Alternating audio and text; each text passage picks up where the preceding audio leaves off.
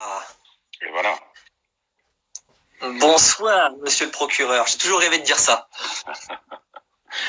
Ça commence fort. Oui, oui. Bah écoute, salut à toi, Loïc. Comment vas-tu? Plutôt bien. Il fait beau, on est pas mal.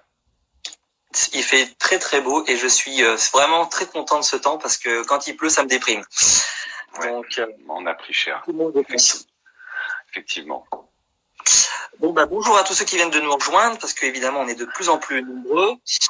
Déjà, merci Grégory d'avoir accepté cette invitation. Eh bien, avec plaisir. Avec plaisir. C'est l'occasion de faire un live, tu vois. Je m'étais jamais décidé à en faire un. Voilà. Je suis très content que ce soit avec moi, du coup. Et pour ceux qui viennent d'arriver, donc voilà, je réexplique un petit peu comment ça va se passer. Ça se passera en 3 parties. La première partie, donc on va revenir sur tes débuts, sur ta carrière. Une deuxième partie où on parlera de Plus belle la vie et puis qu'on débriefera la dernière intrigue, le procès d'Elsa. Et puis une dernière partie où les internautes pourront te poser des questions, donc soit en commentaire, soit comme maintenant on peut faire des lives à plusieurs, ils pourront nous rejoindre directement sur le live. Voilà. Je vois déjà plein de questions là. Bah oui, il y en a déjà plein. C'est normal. Est-ce que j'ai bien reçu le dessin? Oui, j'ai bien sûr reçu le dessin, par exemple. Ah oui, c'est Pauline. Je reçois beaucoup de... Stéphane, non, dis pas trop de conneries. Oui, sauf te concernant, bien évidemment. Eric PC, on a tout le commissariat là, tu vois, il y a Eric PC aussi. Ah, il y a l'ami Eric qui est là aussi. Ouais. Bon, et c'est génial. Écoute, je te propose de commencer tout de suite, si tu veux. Oui, écoute, je suis là pour ça. Allez, il y a Sacha qui vient de nous rejoindre. Salut Sacha aussi. Ouais. Que j'adore. Elle m'a fait un petit brief. Je l'ai appelé tout à l'heure, je lui ai dit, écoute, comment ça se passe? Alors déjà, moi, j'allais me mettre sur l'ordi. Elle m'a dit, non, c'est pas sur l'ordi, c'est sur le téléphone. D'accord, très bien. Voilà. Non, mais c'est très bien, on apprend comme ça. Vas-y, c'est parti. C'est le principal. Alors, tu as découvert le théâtre au cours de tes études d'ingénieur maths informatique à l'Institut mathématiques appliquées d'Angers. Qu'est-ce qui t'a poussé du coup vers le théâtre? Qu'est-ce qui a été le déclencheur? Le fun, la comédie. Effectivement, c'était quand j'étais à la Cato d'Angers. Moi, j'avais pour vocation d'être... j'étais bon en maths. Enfin, j'étais feignant, donc les maths, pour moi, c'était très facile. J'ai donc pris ce cursus, après un bac C, évidemment, du coup de mathématiques pures et appliquées. C'est-à-dire que j'avais pas de physique, pas de bio, pas de trucs à apprendre, quoi, parce que ça, il faut apprendre la physique, admettre. Et bref, je me retrouve dans cette école avec un peu que des profils comme moi, de gens rigolos, logiques et très fan du Splendide, par exemple. Et je me retrouve bisu en première année, on s'appelle comme ça quand on est nouveau. Et puis il y en a un au BDE, au bureau des étudiants, il y en a un qui dit tiens, si on jouait le Père Noël est une ordure. Donc là, j'ai fait, mais carrément, mais bien sûr, moi qui suis hyper fan, qui l'ai déjà vu 30 fois, je fais, mais oui, mais avec moi. Il aurait dit, tiens, on fait un foot. Je pense que j'aurais dit, mais ouais, bien sûr, aussi. C'est-à-dire qu'on n'allait pas faire du théâtre, on allait se marrer, quoi. Et puis, donc, on se retrouve à répéter, puisqu'il faut bien travailler, répéter et faire cette première représentation. Et là, moi, c'est le déclic, c'est une révélation. Et à partir de là, d'année en année, je continue mes études, mais je deviens président de cet asso de théâtre. Je trouve des dates pour qu'on aille jouer davantage dans d'autres écoles, etc., ou au profit des Restos du Cœur. Et puis, d'année en année, je me dis, c'est plutôt ça que j'ai envie de faire, et non pas des maths, quoi. Voilà. Je comprends. Les maths, c'est vraiment un calvaire pour moi. Alors du coup, tu l'as dit, tu as cofondé, c'est ça, une association théâtrale étudiante dans cette période-là. Est-ce que tu peux nous parler sur cette année-là, la première année, en fait, on dépendait du BDE puisqu'il n'y avait pas de structure pour louer une salle, pour louer des décors, pour etc. Et puis le BDE a pris toutes les recettes, dont le bar, voilà. Et l'année d'après, il voulait pas nous filer un rond pour bon, donc on a dit très bien, si c'est comme ça, scission, et puis on monte une asso. Donc j'étais déjà très mordu, donc je me suis proposé comme président, et Et voilà, on a monté une petite structure à l'intérieur. Mais il y avait déjà d'autres structures. Il y avait l'école s'appelait Lima, donc il y avait Exprima qui était le journal, il y avait Azima qui était l'association sportive. Nous, on a donc fait Fatima, la formidable association théâtrale de Lima. Il y avait Optima qui était pour les jobs post-études. Et voilà comment ça s'est passé. D'accord. Et donc avant ça, rien. Quand tu étais enfant, t'avais jamais fait de théâtre, t'étais jamais monté sur scène pour un spectacle d'école, rien. C'est vraiment venu au cours de ces années-là. Ouais, non. Moi aussi, j'ai dû faire des spectacles d'école, quelques-uns, je me rappelle pas. Si, c'est-à-dire que quand même l'été qui précède, c'est-à-dire l'été du bac, ma copine de l'époque était animatrice sportive, danse, truc en club. Et moi, je me suis retrouvé à bosser dans le club avec elle, au parking dans un premier temps, et puis ensuite, au bout de 48 heures, j'ai pété un plomb parce que je pouvais pas faire gardien, c'était pas possible. C'était trop dur. Mais par chance, le DJ s'est engueulé avec le responsable d'animation, il s'est barré. Donc on a perdu le DJ dès le début de la saison. Donc il a demandé si quelqu'un savait mixer. Moi j'ai dit moi, bien sûr. Ce qui était faux. Mais au moins du coup, comme ça, je bossais uniquement le soir en boîte, ce qui était beaucoup plus fun. Et puis j'adorais la musique. Alors on m'a montré comment fonctionnait la platine. Et puis voilà. Puis je me suis amusé. Et c'est surtout, je descendais beaucoup, faire des chorégraphies, faire danser tout le monde au milieu de la piste. Je me suis bien marré. Et donc je me suis retrouvé à la régie des spectacles. Et parce que les animateurs faisaient des spectacles. Et c'est là où effectivement ça a commencé à me titiller, quoi. Je me suis rendu compte que j'aimais bien mettre en scène, conseiller, etc. Enfin, ce milieu du spectacle commençait à me titiller déjà. D'accord. Alors après, tu as intégré les cours Florent notamment. Quand tu as annoncé à tes parents que tu quittais les études supérieures pour te lancer dans la comédie, comment ils l'ont pris ? J'avais déjà fait pas mal d'années d'études quand même. Je suis très lent à la décision, moi. Donc le temps de me dire allez, j'y vais. J'avais quand même fait 4 années et j'ai fait ça d'abord en leur demandant rien financièrement, je veux dire. Ils avaient financé mes études, j'allais pas en plus leur demander de financer le fait que j'aille faire le clown à Paris, quoi. Donc j'ai fait des petits boulots, je me suis débrouillé. Et puis tout en me disant que si il se passait rien, je retournerais aux maths, quoi, pour bosser. Bon, il se trouve que au bout d'un an ou deux de cette vie-là à Paris, j'étais incapable de faire marche arrière, quoi. C'était plus possible. Voilà. Mais ils l'ont plutôt bien pris. Ma mère a failli être danseuse et puis pour des problèmes de santé, elle n'a pas été. Et mon père a fait des télécrochets dans sa jeunesse, donc lui c'était plus le chant. Il avait prêté sa guitare à Maxime Le Forestier, on en a entendu parler 100 ans. Et c'était ça et footballeur. Donc c'était finalement il a fait ni l'un ni l'autre parce que c'était pas des vrais métiers à l'époque. Dixit mes grands-parents. Donc ils ont fait des boulots normaux, commerciaux et institutrices classiques, mais ils ont toujours été comment dire, ils avaient confiance en moi, quoi. Voilà. D'accord. Ce qui est plutôt bien. Alors oui, c'est sûr. En 2000, tu as créé une école de théâtre. Et comment tu en es venu à créer une école de théâtre ? Pourquoi ? Le hasard complet. Le hasard complet. C'était pas une école au début, c'est-à-dire que moi, alors j'ai donné beaucoup de cours de maths pendant mes études et même tout du long, puisqu'il y a plein de gens comme toi à dire les maths c'est pas possible, machin. Et il se trouve que j'aime la pédagogie et que assez rapidement j'expliquais et je faisais comprendre surtout. Le but du jeu n'était pas de faire de l'exercice, mais de comprendre la chose, le pourquoi. Les maths, on peut tout visualiser, ça se comprend, quoi. C'est aussi con que quand il y a 5 canards dans la mare, il y en a 3 qui s'envolent. Combien il en reste ? 2. Bon, jusque maths sup, maths spé, c'est de ce niveau-là, parce qu'on peut visualiser. Voilà, donc bref, donc j'aimais de transmettre. Et puis j'étais devenu, on peut pas dire comédien, mais je commençais, j'avais quitté les cours, on va dire. Et des copains m'ont dit on se mettrait bien au théâtre. Je leur ai dit bah oui, vas-y, ça fait du bien. Théâtre amateur, ça fait vachement de bien. Et ils m'ont dit non, mais avec toi. Je dis mais je suis pas prof de théâtre. ils m'ont dit mais si. Et donc c'est parti comme ça. Je me suis dit allez, voilà, ils étaient 7-8. Ça a fait un groupe. J'ai loué une salle.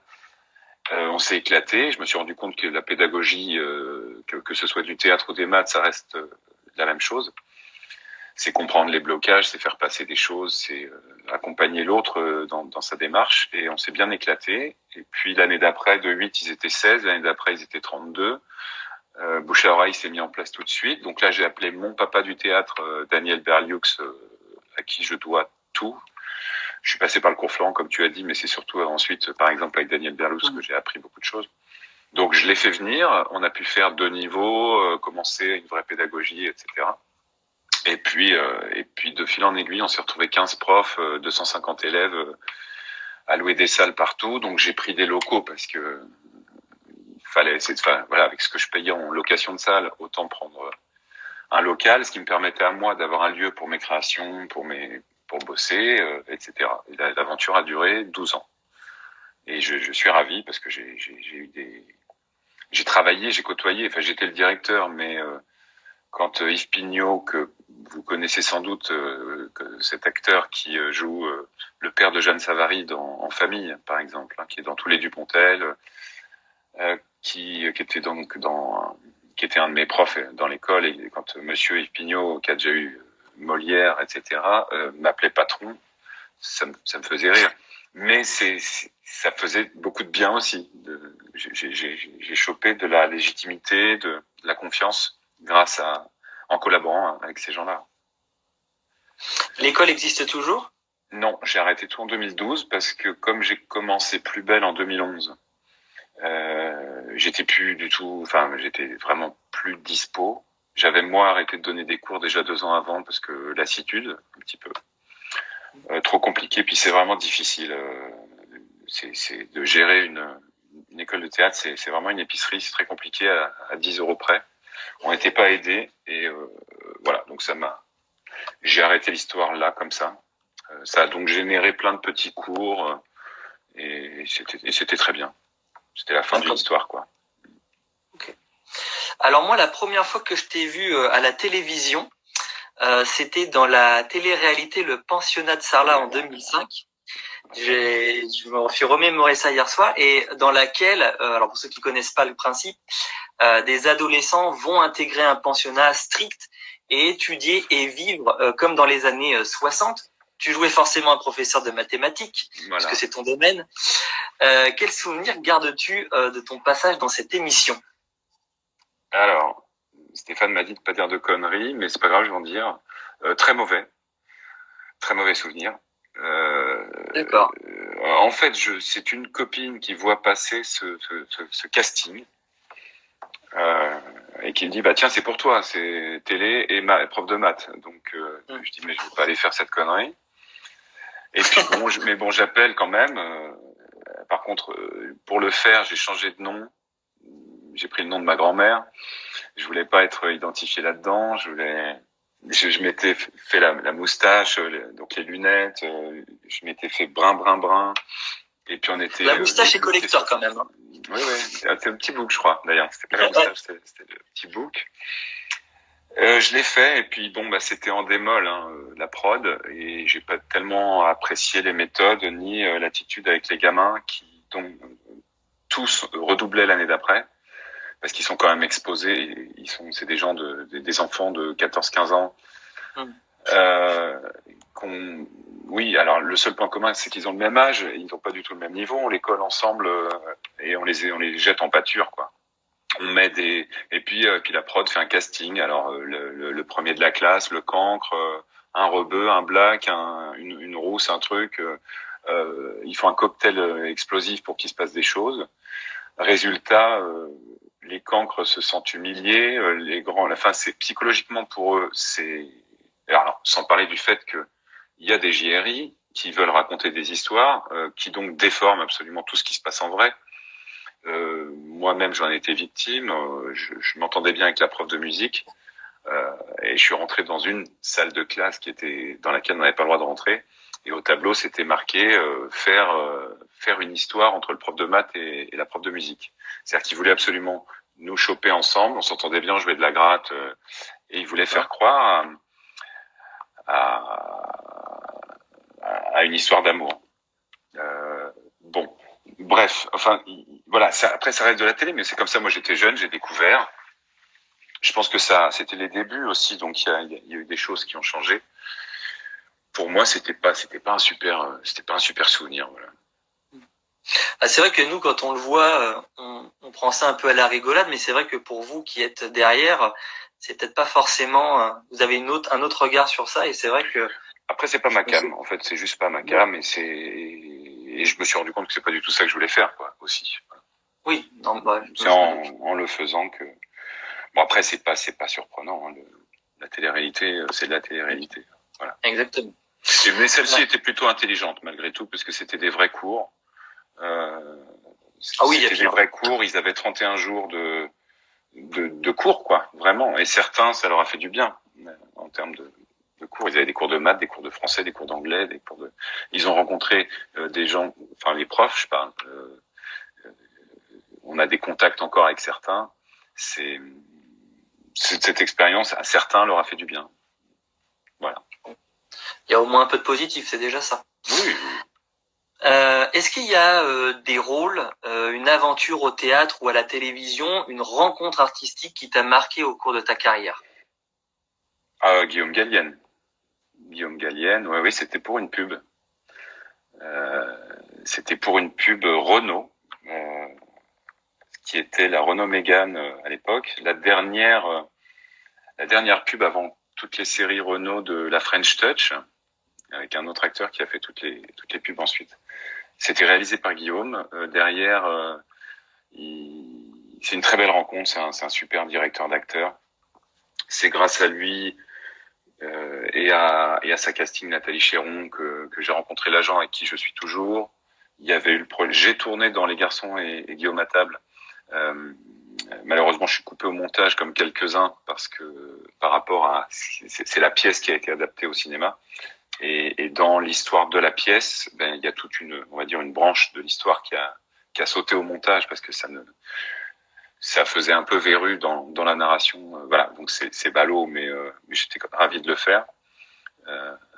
Et puis ouais, j'ai sa manière de diriger, il répétait une pièce d'ailleurs pendant le tournage et je l'ai vu travailler. C'était une grande claque, quoi, de voir ce mec travailler. Il est brillantissime. Oui. Après, des rencontres, il y en a plein. Hein. Il y en a plein.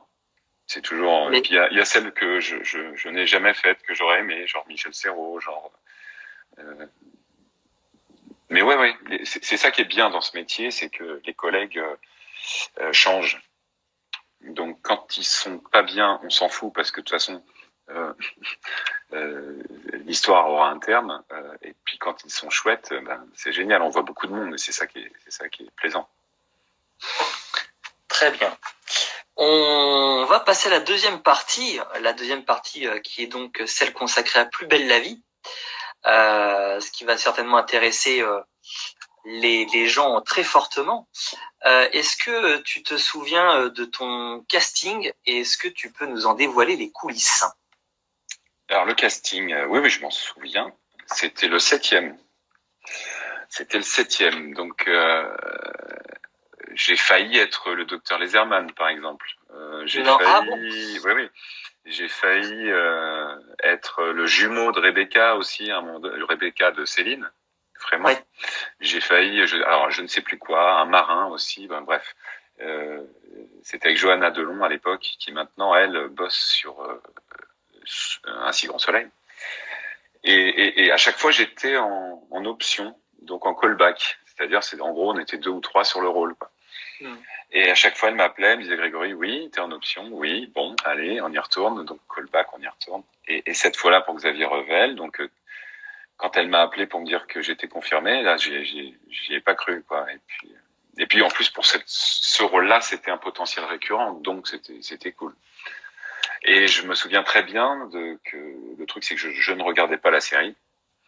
Et pour le callback, il y avait une petite jeune qui était là, qui me faisait la réplique, hyper sympa. Je suis confirmé. Et puis quand j'arrive à Marseille, je la vois au HMC, dans les loges. Je dis salut, c'est super que tu sois là, c'est cool. qu'est-ce que tu fais là? Et elle me dit, je joue Johanna. Et bon, donc là, j'étais grillé immédiatement du fait voilà. Donc oui, je n'avais pas regardé la série, quoi. Mais je pouvais pas imaginer que ma future compagne, enfin, dans l'histoire, aurait 15 ans de moins que moi, parce qu'elle a 15 ans de moins que moi.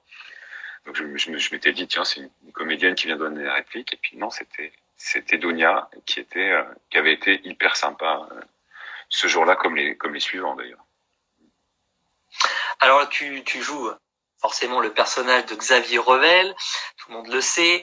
Alors c'est pas un rôle si facile, il est froid, hautain, ambitieux, parfois calculateur, mais il est aussi capable d'une grande tendresse quand il est amoureux.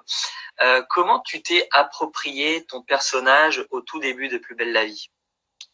J'ai eu beaucoup de mal. Beaucoup de mal. Le mec, Revel, surtout au début, il était limite, très réac, pour pas dire plus. On avait commencé par une intrigue sur l'histoire de drapeau brûlé, où je mettais mon neveu en examen, etc. Et c'est quand même très loin de ma pensée. Par contre, je me suis accroché aux branches il faut être sincère pour jouer. Il faut être sincère. Il faut trouver quand on dit nos lignes, il faut les penser. Sinon ça s'entend, ça marche moins bien, quoi. Et donc je suis rentré dans la psychologie du personnage, pourquoi il pense ça, d'où il en est là, et puis quand je joue Revel, je pense comme lui à ce moment-là, quoi. D'ailleurs, c'est marrant à tel point quand les gens m'en parlent dans la rue, dis donc, vous n'avez pas été cool là-dessus, ou vous avez un peu merdé là-dessus. Moi, systématiquement, c'est pas du tout, mais pas du tout. Donc, je le défends parce que je pense comme lui par rapport à ce qui lui arrive, genre sur l'héritage. Moi, je n'ai fait que sauver ma nana. C'est pas moi qui ai fait une fausse signature. Après, j'ai fait pression sur mon beau-frère, oui. Subordination de témoin, oui. Pourquoi? Parce que lui me faisait chanter. Donc, c'était en réaction. Donc oui, il faut pas venir lui casser les noises à Revel. Parce que si on vient le chercher, on peut le trouver. Mais le reste du temps, il est droit, il est raide. Et pour trouver, le trouver physiquement, c'est une coach, parce qu'il y a des coachs sur le tournage. C'est une coach qui m'a aidé à, par exemple, dans les talonnettes, dans la tenue. Il a pas de talonnettes, mais c'est comme s'il en avait, et un balai aussi, un petit peu. Et dans la manière d'entrer dans le commissariat, ça marche très très bien. C'est-à-dire, je rentre, moi, ce qui m'intéresse, c'est le commissaire, point. Enfin, le plus haut gradé. Les autres, je m'en fous. Enfin, et donc, je ne les vois pas. Je ne les regarde pas, je ne les vois pas. Et donc, c'est très dur pour, genre, par exemple, Eric, qui est avec nous, là, s'il est toujours là. Moi, je passe, c'est pas un regard, rien. Ou éventuellement, je regarde leurs pompes, si elles sont cirées. C'est tout. Donc, ça donne tout de suite quelque chose de froid, de hautain, ça fonctionne. Alors que c'est simplement un petit regard de haut en bas, comme ça, voilà. Et puis, on reste là-dessus, et voilà, ça constitue le véhicule, et puis après, je vais voir Patrick Neubou que j'aime pas, et puis voilà. C'est simple. C'est vrai que ça marche bien, et puis c'est un personnage qu'on aime détester aussi, c'est ça qui est intéressant. Il en faut. Ouais. Mais j'aime autant, moi, avoir un rôle comme ça qui laisse pas neutre, plutôt qu'aller boire des cafés au Mistral, ou au Marcy maintenant. J'aime autant être dans des sentiments forts, dans des intrigues policières, plutôt que quotidiennes. D'ailleurs, je trouve que les intrigues quotidiennes sont les plus dures à jouer, puisqu'il y a moins d'enjeux, quoi. Bien sûr. Aujourd'hui, comment tu perçois l'évolution de ton personnage? Il y a Céline Kopp qui dit que on déteste pas Revel. Merci Céline. Tu as des fans, c'est bien. L'intrigue Jawad, j'avais adoré, moi aussi. L'intrigue avec Jawad. D'ailleurs, je trouve que celle avec Karim et Elsa, là, récemment, quand je me suis retrouvé en binôme avec Karim, j'ai beaucoup pensé à ce qu'on avait fait avec David, Bayo, Jawad. Le binôme improbable qui doit collaborer, et j'ai trouvé ça super. Ouais. Mais je t'ai coupé, pardon. Non, mais c'est pas grave parce que c'était très intéressant et puis c'est vrai que on va y revenir de toute façon sur cette intrigue-là, il n'y a pas de problème. Comme je disais, comment tu perçois aujourd'hui l'évolution de ton personnage? J'espère qu'il en restera des choses, parce qu'on parle de Jawad. Moi, j'imaginais des choses, mais effectivement, et Revel avait trouvé un petit peu de coolitude à côté de Jawad. Mais après, les process d'écriture font que pas forcément. Enfin voilà, déjà tout ce qui est prime, c'est des cellules à part. Pas forcément de. Puis en plus là, on parle d'un truc il y a, je sais pas, 8 ans peut-être. Hein, donc je sais pas. J'espère qu'il en restera des choses, j'imagine. Ceci dit, comme c'est un personnage qu'on aime détester, il faut pas qu'il devienne complètement cool non plus. Oui. D'ailleurs, en ce moment, je suis revenu à du commissariat et il n'y a pas spécialement d'allusion à ce qui s'est passé avant, quoi. Pour l'instant, parce que la suite doit être en écriture. Donc il y aura peut-être une suite, c'est un scoop. Allez, c'est lâché, peut-être. Oui, parce que bien évidemment, les auteurs testent. D'ailleurs, cette histoire avec Elsa, c'est venu dans la tête des auteurs d'une séquence, celle où je l'interroge au commissariat pour l'inculper et la mettre en tôle. Il y a une séquence comme ça, on est en face. Les auteurs ont vu ça, ils ont dit tiens, il se passe un truc entre ces deux acteurs là. Il y a un pendant face à Revel, il y a un caractère qui marche bien là, donc ces deux-là qui ont eu l'idée de faire ça. Et cette intrigue-là, je pense qu'ils attendaient de voir comment c'était reçu par le public, voir si le public avait envie de voir une suite à ça ou pas. Voilà, si ça marchait, si ça marchait pas. Et je crois que de ce que j'ai vu passer, ça a plutôt bien été reçu. Nous, on s'est éclaté à le faire. Et bon, j'espère qu'il y aura une suite. On va voir. J'ai pas de nouvelles officielles, mais j'espère. Alors, juste avant de revenir sur l'intrigue Elsa, parce que j'ai quelques questions, je voulais savoir, j'avais une question qui concerne une intrigue il y a très longtemps, c'est ta rupture avec Johanna, qui a été un tournant dans la vie de ton personnage. Moi, je me souviens de cette scène où Johanna fait ses valises et que tu la supplies de rester. Tu gardes des souvenirs mémorables avec Dounia, j'imagine, de toutes ces années passées ensemble? Ouais, c'était un choix. On voulait arrêter tous les deux. On voulait quitter la série. On voulait même mourir pour être sûr de ne jamais revenir. Encore que il y a des morts qui reviennent, mais bon, la prod a pas voulu qu'on meure, donc elle a été mutée à Paris et moi, je sais plus quoi. Si j'étais puni dans une petite ville dans les Vosges, voilà, je sais plus quoi. Bon, d'ailleurs, la ville des Vosges, c'était bien plein du fait que quand même leur ville n'était pas une punition. Mais ce qui est vrai, je connais en plus, c'était Épinal, voilà.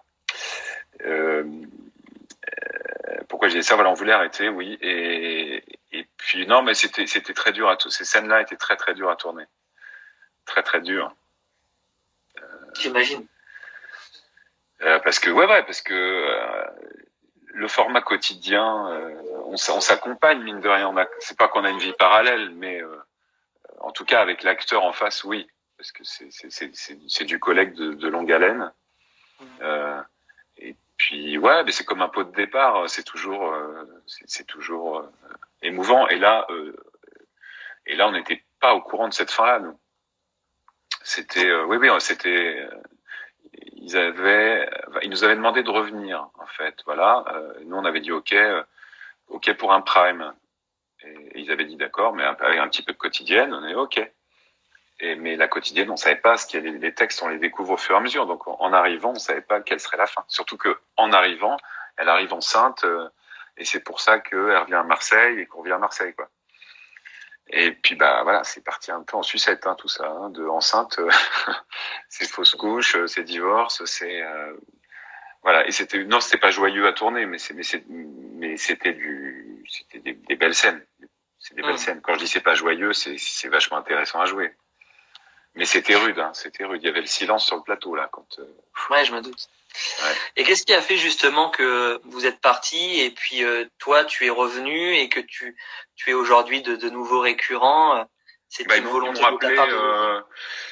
Ils m'ont rappelé, j'avais arrêté pour des raisons au bout de 4 ans, qui aujourd'hui ne sont plus d'actualité. Et quand ils m'ont rappelé, il y a quoi, il y a 1 an et demi maintenant, enfin pour démarrer avant le confinement en fait.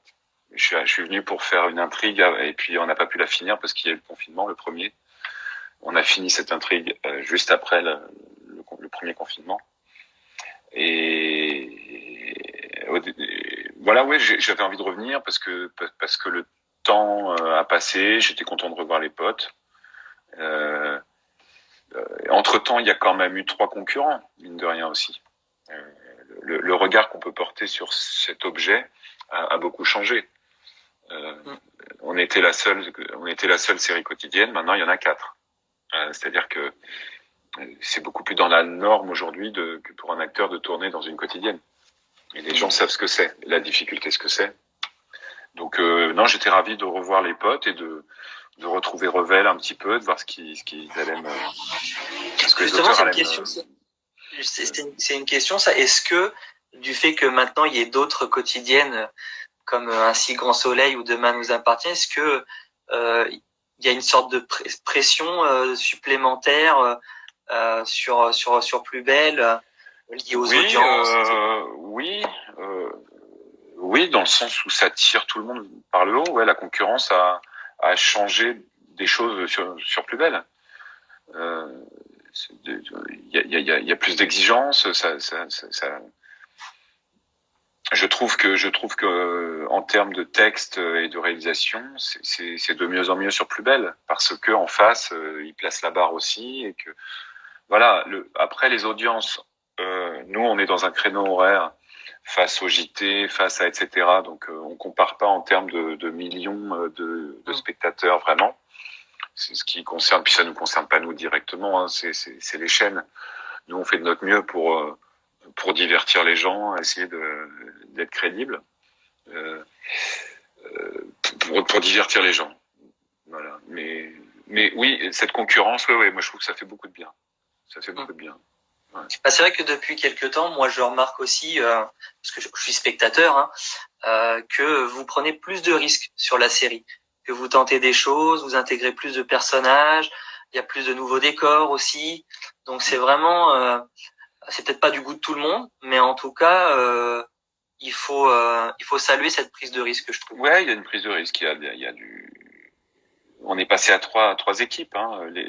Il y a l'équipe A en studio, l'équipe B en extérieur, et maintenant l'équipe C qui au début ne faisait que des vignettes ou des plans de drone, des choses comme ça, fait aussi maintenant des séquences.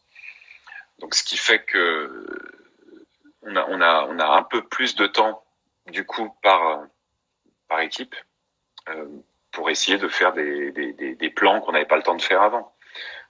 Et plus on a de temps, plus bon, je relativise parce qu'on a très peu de temps, hein, mais bon, le plan en plus ou la prise en plus ou l'image qu'on a le temps de peaufiner un peu plus, la lumière, c'est plus quali derrière. Ou non, la prise de plus où ça y est, on est chaud. Ça c'était très frustrant aussi, ça faisait partie du souvent on coupait, enfin la séquence était faite, c'est là où moi j'avais envie de commencer à la jouer quoi. Oui, parce que voilà, il n'y a pas de répète, il n'y a pas de truc, c'est on y va quoi. Et là maintenant, on a un petit peu plus de temps, donc je m'amuse aussi davantage. Et j'ai la sensation de mieux bosser aussi quoi. D'accord. Pour finir sur tes anciennes intrigues, est-ce qu'il y a une séquence avec Dounia qui t'a laissé un moment fort qui est resté gravé dans ton esprit? Bah, c'est la même que toi, hein, la valise. Ouais. Tu vois, tu t'en souviens. Après, non, il y en a plein. Non, c'est avec Dounia, quoi. Une intrigue où on se disputait sur la déco, bateau, tableau, je sais pas quoi. Mais avec Dounia, c'était surtout de la complicité. On se marrait beaucoup, quoi. Et c'est une super comédienne, donc on s'entendait très bien dans le jeu. Ce qui est le cas aussi avec Caroline qui joue Elsa. Ce qui est cool, c'est qu'on s'entend très très bien dans le jeu, donc il y a beaucoup d'écoute, ça rebondit bien. Donc non, avec Donia, c'était vraiment plaisant, c'était très plaisant. Et cette complicité, du coup, elle laissait aussi un petit peu part à l'improvisation ou non. Il y a pas de place pour l'impro. On peut mettre des bricoles dans le jeu, bien sûr, mais déjà dans le texte, il n'y a pas la place. Le texte, il est écrit. Alors, on va changer un mot ou deux, mais c'est pas ce qu'on appelle de l'impro. Puisque il y a 3/4 d'heure pour faire la séquence, le réalisateur il a prévu ses plans là, on peut pas, on a très peu de latitude. La latitude elle est intérieure, elle est dans ce qu'on va proposer comme énergie, et puis encore qu'il y a un réal plus un coach qui viennent nous pousser dans un sens, dans l'autre. Non, il n'y a pas de place pour l'impro. Très peu, quoi, très peu. Ok. Dernière question avant de passer à celle des internautes, donc qui concerne. Il y en a plein. Oui, il y en a plein, mais on va y répondre de toute façon. On va essayer d'en avoir un maximum. L'intrigue donc du coup avec Elsa était particulièrement forte, et ça faisait un petit moment qu'on ne t'avait pas vu au cœur d'une intrigue aussi, ni même Revel retombé amoureux. Cette fragilité que peut avoir ton personnage, c'est ce que tu préfères jouer chez Revel? Il n'y a pas de je préfère. J'étais très content parce que ça changeait du monochrome commissariat où je suis là pour j'ai une fonction. J'ai une fonction en tant que procureur, mais j'ai une fonction dramaturgique dans la série. Je suis là pour faire chier le commissariat, globalement. Ouais, pour mettre des bâtons dans les roues, pour demander de mettre tous les moyens sur telle enquête alors qu'eux veulent aller sur l'autre, mais parce que moi, je veux des résultats et je sais pas quoi. Donc, j'étais content d'avoir... et c'est très utile d'avoir cette fonction-là, dramaturgiquement, parce que le spectateur va dire mais qu'il est con, lui, alors qu'il faut faire l'autre enquête, et c'est bon, c'est fait pour ça. Donc là, mais j'étais content, moi, d'avoir autre chose à jouer, effectivement, et y compris, pourquoi pas, de la... Mais ça, c'était pas nouveau, c'était déjà dans l'ADN du personnage, le fait qu'il est prêt à tout pour sa nana. Oui, il a qu'un seul talon d'Achille, c'est il peut vendre son père et sa mère, Revel, je pense, mais il a un talon d'Achille, c'est sa nana. Sa carrière passe avant tout, sauf sa nana. Donc là, à nouveau, et je trouvais ça génial d'avoir choisi Elsa Tollard, mariée à la mafia, etc. Quel complexe dans la tête je pense. Et d'où cette séquence où je plaide et je patauge. Je suis censé plaider contre elle et je patauge, je nage, je suis pas là et tout. Mais ça, quel kiff quand je l'ai lu, quand j'ai lu les textes, je fais c'est génial, ça, c'est top. Ouais, c'était une intrigue vraiment intéressante. Il y avait plein de rebondissements en plus, des choses qu'on voit pas forcément arriver, comme je sais plus comment il s'appelle là, celui qui travaillait avant dans les pompes funèbres, qui revient. Oui, Stern, voilà. Donc c'était vraiment. Et puis il y a une belle complicité aussi mine de rien avec Karim. Il y a des moments qui sont pas forcément drôles, mais quand même qui nous font quand même un peu sourire. Donc c'était vraiment. D'ailleurs, on voulait, nous, on était trop contents de faire du body movie, d'aller dans de la comédie. On voulait y aller franchement, et puis non, on nous a retenus. Ils ont dit non, c'est dramatique quand même, machin. Donc on était un petit peu le cul entre deux chaises à vouloir faire de la comédie il y a quand même des séquences. C'est Pipo et Mario, les deux ensemble. Là, c'est vraiment.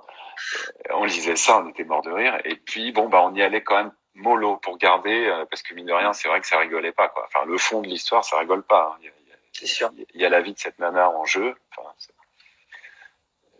mais nous, on s'est marré. On s'est beaucoup marré à tourner ça. Peut-être pour une partie 2, ce sera peut-être plus léger, à voir. On verra. Mais en tout cas, il y a les prémices de quelque chose. Donc, j'espère que vous pourrez y aller franchement si ça peut se faire. Ça serait bien, si ça peut rebondir, ouais. Après, on n'a pas la main, nous, donc. Bah oui, je sais bien.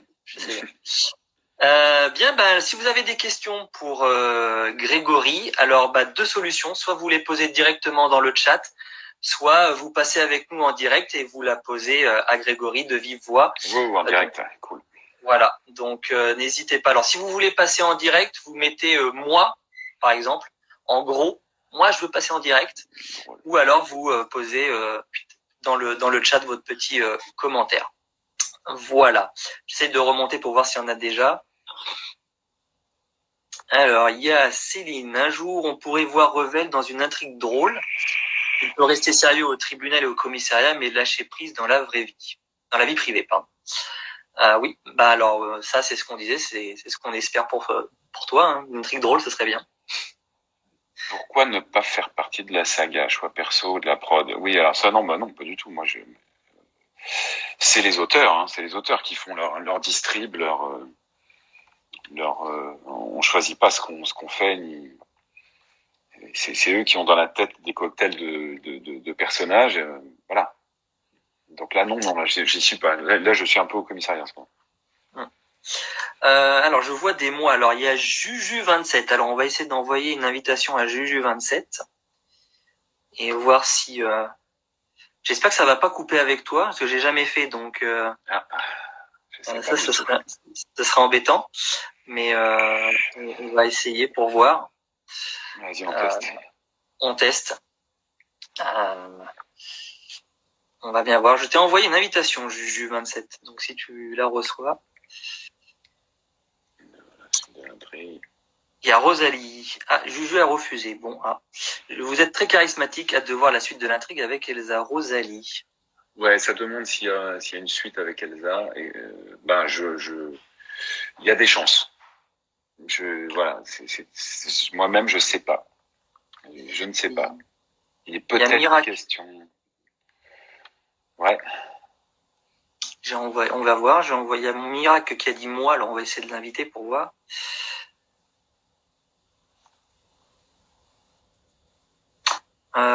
Oui, alors que pour ceux, on me demande, mais oui, il y aura un replay du live sur mon Instagram et demain je mettrai le live sur YouTube. Et on me parle d'un meurtre aussi. Moi aussi. Ah tiens, si ça marche. Ah si. Bonjour Miracle. C'est Karim, mais lui c'est un vrai Karim. Vous vous connaissez? Oui. D'accord. Donc lui il s'appelle Karim dans la vraie vie, parce que le Karim que les gens connaissent c'est Rachid en fait, mais lui c'est Karim, un vrai. C'est mon pote de Saint-Sorlin avec qui on fait du tennis. Et voilà. Qui a le resto L'Avalanche et je vais faire du ski chez lui tous les hivers. D'accord, bon, très bien. Alors, tu as une question pour Grégory ou Honnêtement, je n'avais pas vraiment de questions. Je voulais simplement vous féliciter pour ce que vous faites actuellement. Et puis simplement préciser que Greg est un joueur de tennis exceptionnel. C'est un très bon comédien. C'est un très bon guitariste. Et c'est un excellent chanteur. C'était juste la petite parenthèse. C'est quelqu'un que j'adore, avec qui le courant est passé il y a quelques années. On est entre guillemets potes. Et voilà. Simplement rajouter il a plein de qualités, que c'est un mec vraiment exceptionnel et qui mérite d'être connu. Voilà. C'était mon petit coucou du soir. Oh, mais je t'embrasse, Karim. Merci. Eh ben, c'est adorable. Merci beaucoup d'être passé, en tout cas. Avec plaisir. Ciao. Ciao. Ciao. Comment je raccroche? Il faut que t'appuies. Alors, tu as une croix normalement en haut à droite. Ok. Et tu cliques dessus. Allez, ciao. Salut. Bon, bah, c'est cool, ça. Alors, est-ce qu'il y a d'autres questions? Sophie qui demande, est-ce que tu sais si, qui va gagner Roland Garros, selon toi? Nadal. Mais en tout cas, c'est pas un Français, hein. La catastrophe, quoi. La catastrophe, quoi. Ça a jamais été aussi mauvais que depuis 60, je sais plus quelle année. Un truc de fou. Non. Moi, je n'y connais rien, alors. Ah oui? Comptez pas seulement pour faire une analyse. Bah, écoute, il reste mon fils, là, il reste Gasquet, je crois. Chez les filles, Caroline Garcia s'est fait virer encore, je dis comme ça parce que la télé est là-bas, mais Caroline Garcia s'est fait virer là tout à l'heure. Ah non, c'est l'hécatombe. L'hécatombe. Je ne sais pas ce qui se passe, mais bon. Il y a Julie Lejeune qui nous demande, dans la vraie vie, Karim, alors Rachid, il est comment? Il est marrant. Il est marrant. Il est solaire. Il papote avec tout le monde. Il fait que parler. Il papote avec tout le monde. tout le monde. Il adore la vie, les gens, les rencontres. Il est génial. Alors d'ailleurs, il y a un Insta là, soi-disant officiel, je sais pas quoi, c'est pas lui. Hein. Lui, il est pas sur les réseaux. Ah d'accord. Voilà. Du coup, tu me fais bien de nous le dire parce que moi j'étais abonné, donc. Oui, voilà. Non, mais c'est pas lui du tout. Je ne sais pas qui est cette personne, mais D'accord. c'est pas ça. Karim n'est pas sur les réseaux. Lui, il est dans la vraie vie. Voilà. Et c'est très bien aussi. C'est même mieux. Il y a Michel qui nous demande quel a été ton premier rôle à la télé et au cinéma. Le premier rôle à la télé et au cinéma. Ça a été des pubs. J'ai commencé par des pubs. Une pub pour le PMU, assez rigolote, où je me prenais une véranda dans la tête parce que j'ai un immense jardin avec une immense véranda. J'appelle mon chien, c'est Paf le chien, la pub. Je siffle mon chien, il court vers moi, moi je vais vers lui, on se prend tous les deux la vitre, dézoome arrière et on réalise que j'ai construit une immense véranda dans.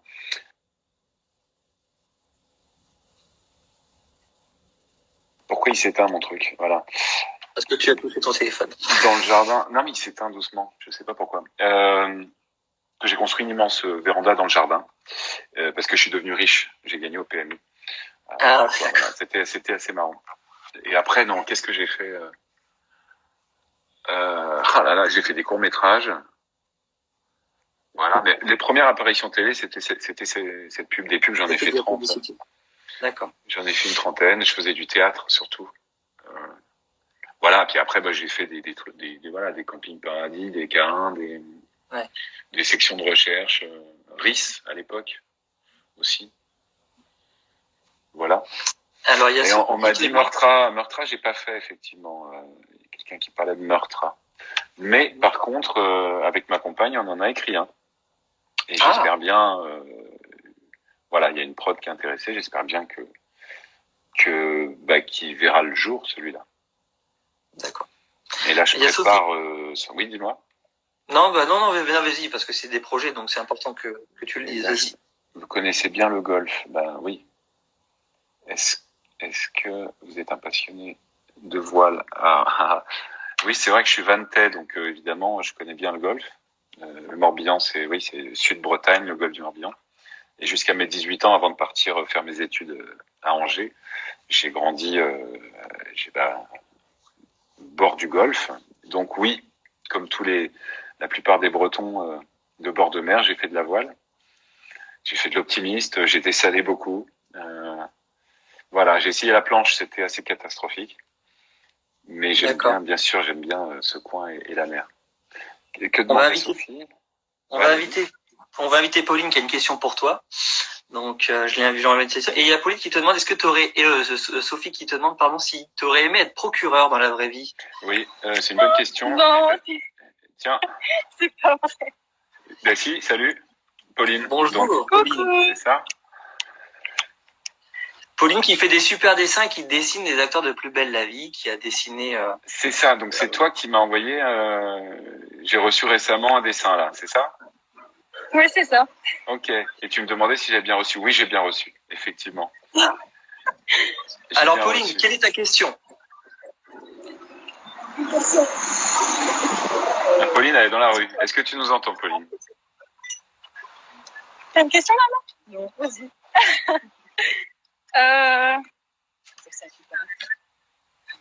Je sais pas. D'accord. Je réfléchis. Alors en attendant, je vais répondre à Sophie. Ah si, j'ai une question. Alors vas-y. C'est une question pour Grégory. Je t'écoute, oui. Est-ce que vous jouez d'un instrument de musique? Oui, ça a été dit par Karim tout à l'heure. Je joue de la guitare. J'ai fait 10 ans d'orgue. D'accord. J'ai fait 10 ans d'orgue parce que en fait, je voulais faire de la batterie. Mais j'ai jamais eu le droit de faire de la batterie parce que ça faisait trop de bruit. Du coup, mes parents m'ont interdit ça. Du coup, j'ai demandé à faire de l'orgue, le truc que personne ne connaît. Pourquoi? Parce que je me suis dit que ça allait m'apprendre à dissocier les 4 membres. Donc, parce qu'il y a 2 claviers, plus le pédalier, la basse à pied gauche et des effets pied droit. Je me suis dit c'était le moyen d'apprendre à dissocier les 4 membres pour un jour faire de la batterie. Et résultat, j'ai fait 10 ans d'orgue, j'ai jamais fait de batterie. Et c'est un petit regret. Et après, pour jouer sur la plage avec les feux de camp, un orgue, c'était pas très pratique, donc je me suis mis à la guitare. Un pote m'a appris vite fait la guitare, et puis et c'est très pratique pour chanter. Comme j'aime bien chanter, je suis 3e dan de karaoké aussi, j'adore le karaoké. Donc pour m'accompagner, la guitare c'était plus pratique. Voilà. On comprend bien. D'accord. Ouais, bah, moi, je joue de la trompette et du piano. Ben bravo. C'est important la musique, c'est très important. Exactement. Et je fais du théâtre aussi. Et ça aussi, ça c'est bien, ça fait un bien fou. C'est super le théâtre. Ça, moi j'engage tout le monde à se mettre au théâtre. C'est le théâtre amateur, dans les bons petits cours quoi. Faut pas tomber sur voilà, c'est-à-dire des cours qui en sont vraiment, qui enseignent un petit peu, qui font des exercices, qui travaillent à base d'impro, qui développent la personne. Voilà. Et non pas du bachotage à faire des scènes. Ça n'a pas beaucoup d'intérêt. On va prendre une autre personne parce qu'il y a une autre personne qui voudrait te poser une question en direct. Merci Pauline d'être passée. Et puis, De rien. on te souhaite une belle fin de soirée. Salut. Merci. Merci pour le dessin. Salut. De rien. Bonne soirée. Bonne soirée. Salut. Oui, du coup, on va répondre en même temps à Sophie. Du coup, qui était la question, est-ce que tu aurais aimé être procureur dans la vraie vie? Oui, pas du tout. Pas du tout. Alors déjà, je sais pas combien, ça doit être peut-être 6 années de droit ou je ne sais quoi. Non. Et puis, vu la souffrance permanente à laquelle ce métier est confronté, c'est quand même systématiquement des viols, des meurtres, ou alors des criminels en col blanc, des détournements de fonds, non, être confronté du matin au soir à ça. Et puis je suis trop sensible en plus pour ça. Par exemple, je vais te donner l'exemple de lorsque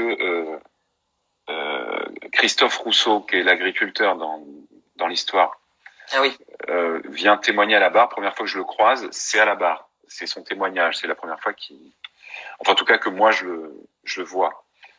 Et il fait son texte où il raconte sa femme à Prague, nanana. Il m'a bouleversé. J'avais du mal à ne pas pleurer. C'était terrible. J'étais transpercé, quoi. Or, c'était mon témoin. C'est moi qui l'amenais, j'étais censé quand même être bien j'avais un mal de chien, c'est trop dur. Donc ce métier, procureur, je pourrais pas du tout, quoi.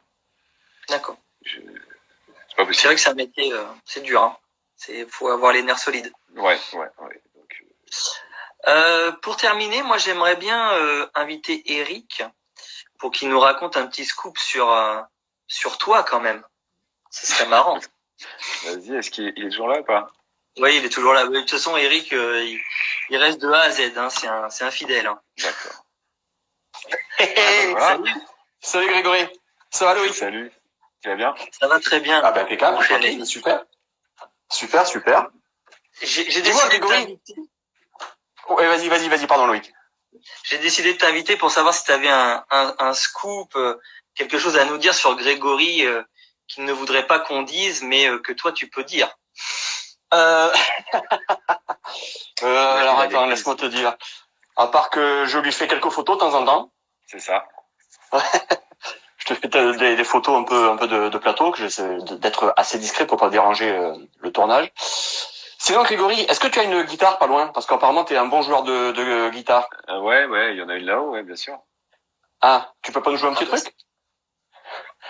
Oh, mais Je suis salaud. Hein. Un peu, ouais, quand même, là. Non, mais je déconne, t'es pas obligé, je déconne. Ah bah, si, maintenant qu'on a lancé le truc, moi, tout le monde me l'a raconté. Ah non, je sais pas, non. Non, je plaisantais, non, c'est une mauvaise blague. Non, je vais pas t'embêter pour... Non, pour ça, il faut un petit peu plus de bière, il faut les copains autour et tout, tu vois. Ah, oui. Il est timide pour quelqu'un qui fait du théâtre. Tu as dit quoi? J'ai dit, t'es bien timide pour quelqu'un qui fait du théâtre. Ouais, bah oui, bah moi si j'ai pas un texte, je suis paumé, hein. Tu sais, Ah oui. on m'a proposé de faire des présentations, par exemple, de trucs, d'événements animateurs, donc je refuse, c'est une catastrophe. Je suis pas animateur, je suis pas. Non, moi j'aime bien travailler, répéter, montrer. Je déteste faire du brouillon en plus, donc. Non, mais j'ai quelques points communs avec Revel, hein. Bah, c'est ce que j'allais dire.